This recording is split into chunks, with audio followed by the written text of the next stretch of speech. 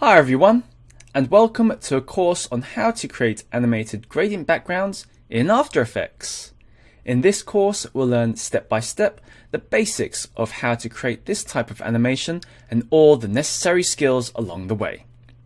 So for those of you who are just starting your After Effects journey, keep watching this video to learn the initial setup of the program and familiarize yourselves with the tools we'll be using throughout the course.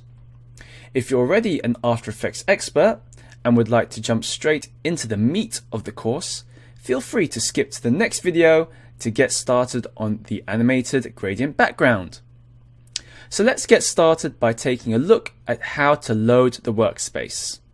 To do this, go to Window, Workspace, and then select Standard. And this will hopefully make it so that you are seeing the same layout and options on screen as what I'm showing you in this video and throughout the other lessons. Otherwise, we can edit the way your workspace can look like. You'll also notice that there are some other workspace options available. So if we go back to Workspace, you'll see that we have things such as animation, color, effects, and so on. These will usually be named after the task that they're most suited to, but for now we'll just stick to the standard layout, especially if you're just starting out, as this will have all the tools we need to use for the course. So now that we have our workspace loaded, let's go into a quick introduction of what we're looking at here. The workspace in After Effects is made up of panels and frames. So if we take a look at the tabs around the workspace here, such as Project, Effects Controls, Composition, and so on, we'll have these named tabs here. These are called panels. Each panel is placed within usually a rectangular space called a frame. So if you have a look over here, the Effects and Controls panel is inside this blue rectangular frame here.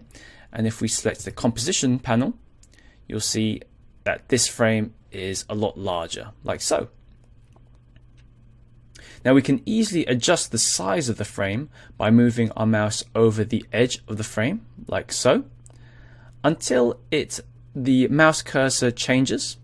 And then if we click and drag the mouse, we can make it smaller or larger. Now this could be useful if you want to see more options within your panel. So if you wanted to see more options inside the preview panel, for instance, just click and drag at the bottom here to see them.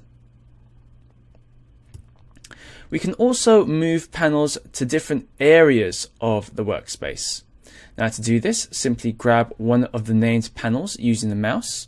So let's go ahead and use the Info panel, for example.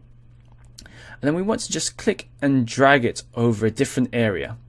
And straight away you'll notice now that different drop zones are now highlighted in this sort of dark blue color.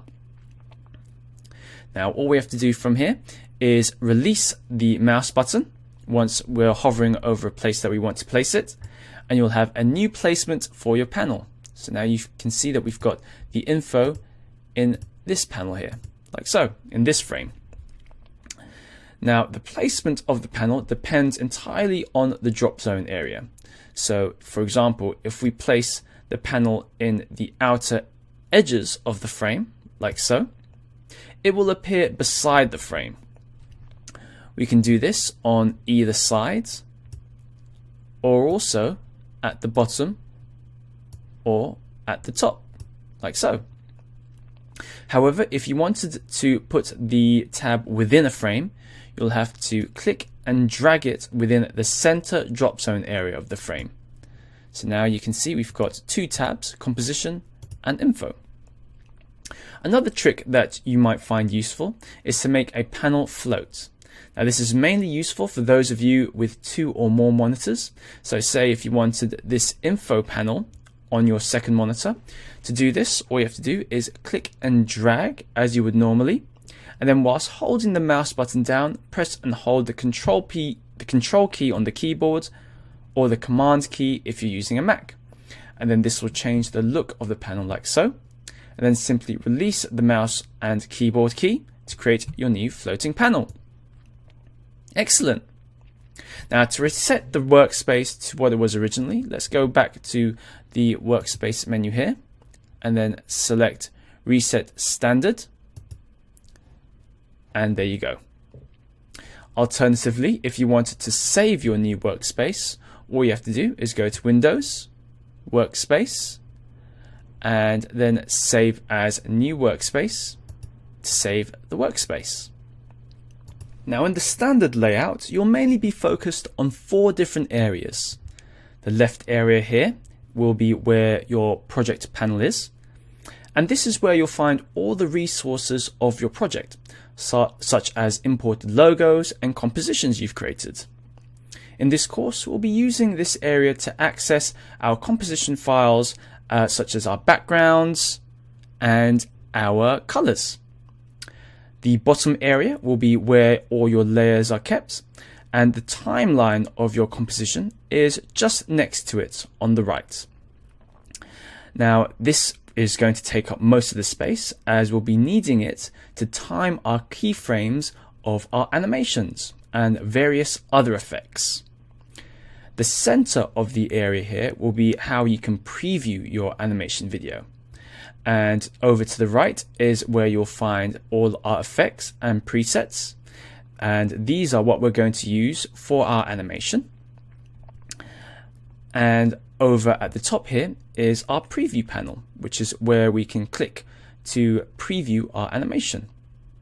Feel free to experiment with different workspace layouts and come up with something that you like. Remember, you can always reset the layout to its original form if you don't like it. Great! So that's it for this lesson.